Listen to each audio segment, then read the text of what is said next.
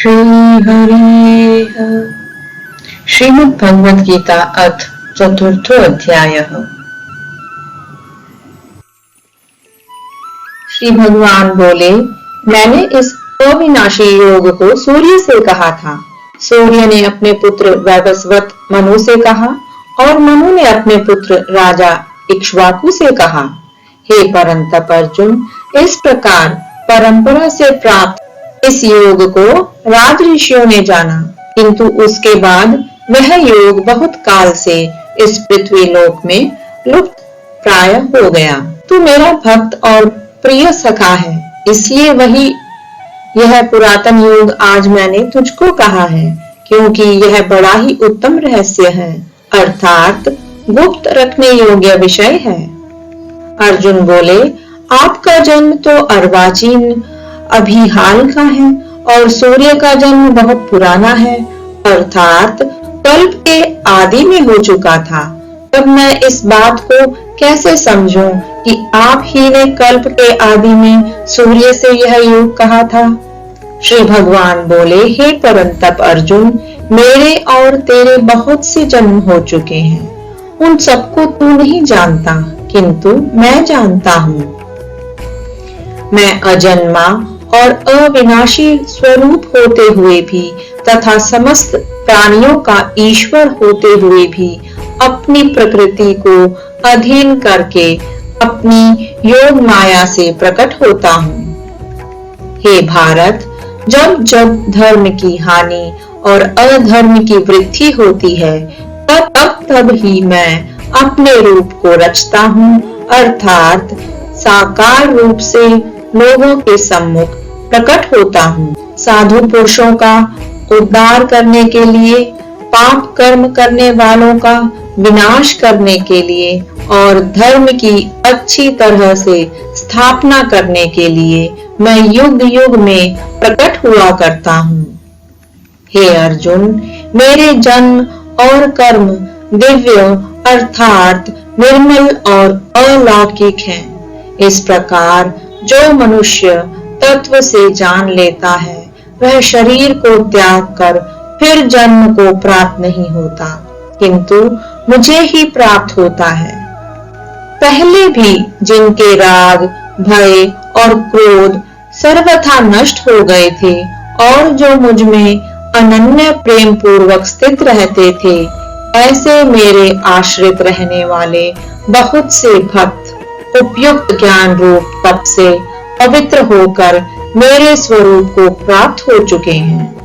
हे अर्जुन, जो भक्त मुझे जिस प्रकार भजते हैं, मैं भी उनको उसी प्रकार भजता हूँ, क्योंकि सभी मनुष्य सब प्रकार से मेरे ही मार्ग का अनुसरण करते हैं। इस मनुष्य लोक में कर्मों के फल को चाहने वाले लोग देवताओं का पूजन किया करते हैं, क्योंकि उनको कर्मों से उत्पन्न होने वाली सिद्धि शीघ्र मिल जाती। ब्राह्मण, क्षत्रिय, वैश्य और शूद्र, इन चार वर्णों का समूह गुण और कर्मों के विभाग पूर्वक मेरे द्वारा रचा गया है।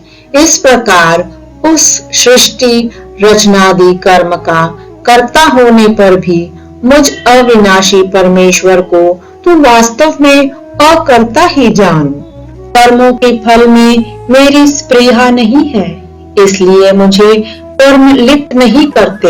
इस प्रकार जो मुझे तत्व से जान लेता है, वह भी कर्मों से नहीं बंधता। पूर्व काल में मुमुक्षुओं ने भी इस प्रकार जानकर ही कर्म किए हैं, इसलिए तू भी पूर्वजों द्वारा सदा से किए जाने वाले कर्मों को ही कर।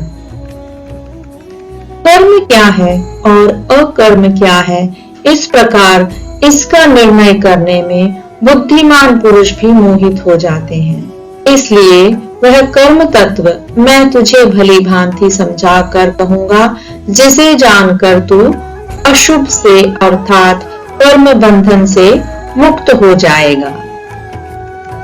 कर्म का स्वरूप भी जानना चाहिए और अकर्म का स्वरूप भी जानना चाहिए तथा विकर्म का स्वरूप भी जानना चाहिए, क्योंकि कर्म की गति गहन है। जो मनुष्य कर्म में अकर्म देखता है और जो अकर्म में कर्म देखता है, वह मनुष्यों में बुद्धिमान है और वह योगी समस्त कर्मों को करने वाला है। जिसके संपूर्ण शास्त्र सम्मत कर्म बिना कामना और संकल्प के होते हैं तथा जिसके समस्त कर्म ज्ञान रूप अग्नि के द्वारा भस्म हो गए हैं, उस महापुरुष को ज्ञानी जन भी पंडित कहते हैं। जो पुरुष समस्त कर्मों में और उनके फल में आसक्ति का सर्वथा त्याग करके संसार के आश्रय से रहित हो गया है और परमात्मा में नित्य तृप्त है, वह कर्मों में भली भांति बरतता हुआ भी वास्तव में कुछ भी नहीं करता। जिसका अंतःकरण और इंद्रियों के सहित शरीर जीता हुआ है और जिसने समस्त भोगों की सामग्री का परित्याग कर दिया है, ऐसा आशा रहित पुरुष केवल शरीर संबंधी कर्म करता हुआ भी पापों को नहीं प्राप्त होता।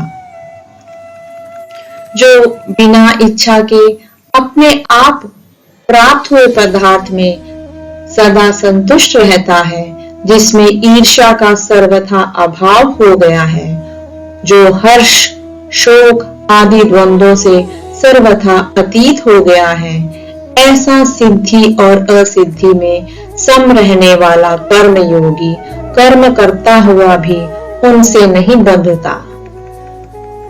जिसकी आसक्ति सर्वथा नष्ट हो गई है, जो देह अभिमान और ममता से रहित हो गया है, जिसका चित्त निरंतर परमात्मा के ज्ञान में स्थित रहता है, ऐसा केवल यज्ञ संपादन के लिए कर्म करने वाले मनुष्य के संपूर्ण कर्म भली भांति विलीन हो जाते हैं।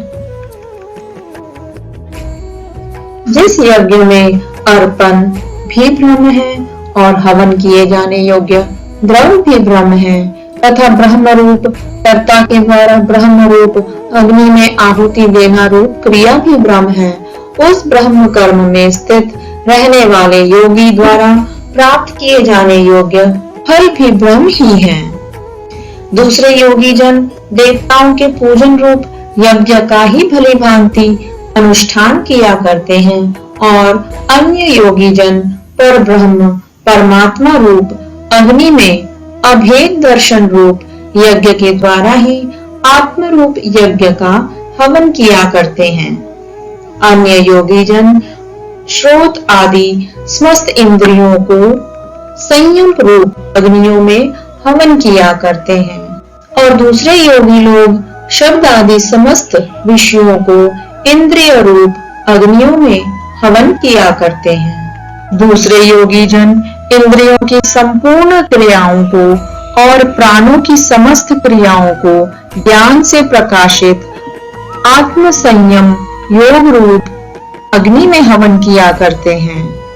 कई पुरुष द्रव्य संबंधी यज्ञ करने वाले हैं, कितने ही तपस्या रूप यज्ञ करने वाले हैं तथा दूसरे कितने ही योग रूप यज्ञ करने वाले हैं।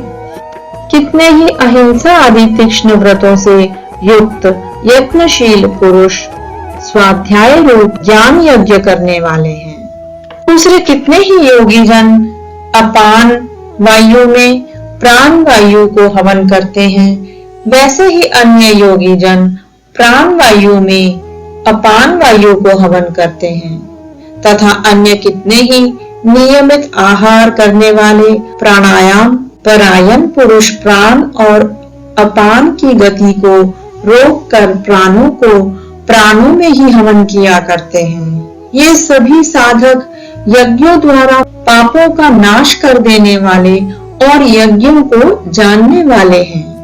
हे कुरुश्रेष्ठ अर्जुन, यज्ञ से बचे हुए अमृत का अनुभव करने वाले योगी जन सनातन परब्रह्मा परमात्मा को प्राप्त होते हैं और यज्ञ न करने वाले पुरुष के लिए तो यह मनुष्य लोक भी सुखदायक नहीं है।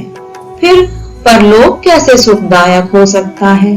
इसी प्रकार और भी बहुत तरह के यज्ञ वेद की वाणी में विस्तार से कहे गए हैं। उन सबको तू मन, इंद्रिय और शरीर की क्रिया द्वारा संपन्न होने वाले जान। इस प्रकार तत्व से जानकर उनके अनुष्ठान द्वारा तो कर्म बंधन से सर्वथा मुक्त हो जाएगा। हे परंतप अर्जुन, द्रव्यमय यज्ञ की अपेक्षा ज्ञान यज्ञ अत्यंत श्रेष्ठ है तथा यावन मात्र संपूर्ण कर्म ज्ञान में समाप्त हो जाते हैं। उस ज्ञान को तू तत्वदर्शी ज्ञानियों के पास जाकर समझ। उनको भली भांति दंडवत प्रणाम करने से, उनकी सेवा करने से और कपट छोड़कर सरलता पूर्वक प्रश्न करने से वो परमात्म तत्व को भली भांति जानने वाले ज्ञानी महात्मा तुझे उस तत्व ज्ञान का उपदेश करेंगे, जिसे जानकर फिर तू इस प्रकार मोह को नहीं प्राप्त होगा। तथा हे अर्जुन, जिस ज्ञान के द्वारा तू संपूर्ण भूतों को निःशेष भाव से पहले अपने में और पीछे मुझ सच्चिदानंद घन परमात्मा में देखेगा,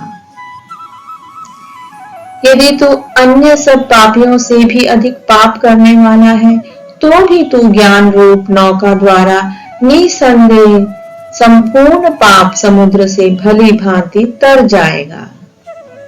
क्योंकि हे अर्जुन, जैसे प्रज्वलित अग्नि ईंधनों को भस्ममय कर देता है, वैसे ही ज्ञान रूप अग्नि संपूर्ण कर्मों को भस्ममय कर देता है।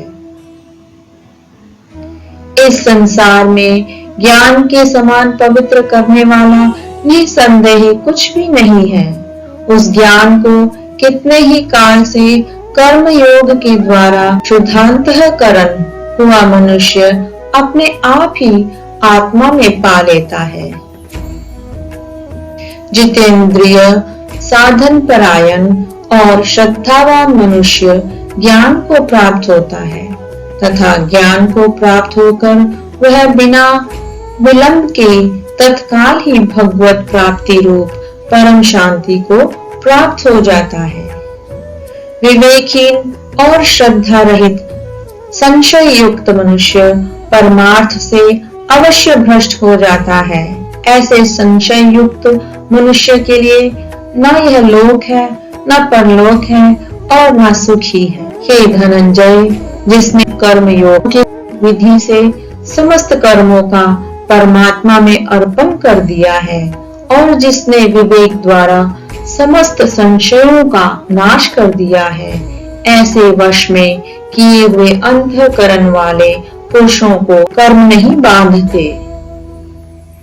इसलिए हे भरतवंशी अर्जुन, तो हृदय में स्थित इस अज्ञान जनित अपने संशय का विवेक ज्ञान रूप तलवार द्वारा छेदन करके समतप रूप कर्म योग में स्थित हो जा और युद्ध के लिए खड़ा हो जा। ओम तत्सत। इस प्रकार उपनिषद ब्रह्म विद्या तथा योग शास्त्र रूप श्रीमद् भगवद गीता के श्री कृष्ण अर्जुन संवाद में दिव्य ज्ञान योग नाम का चौथा अध्याय संपूर्ण हुआ।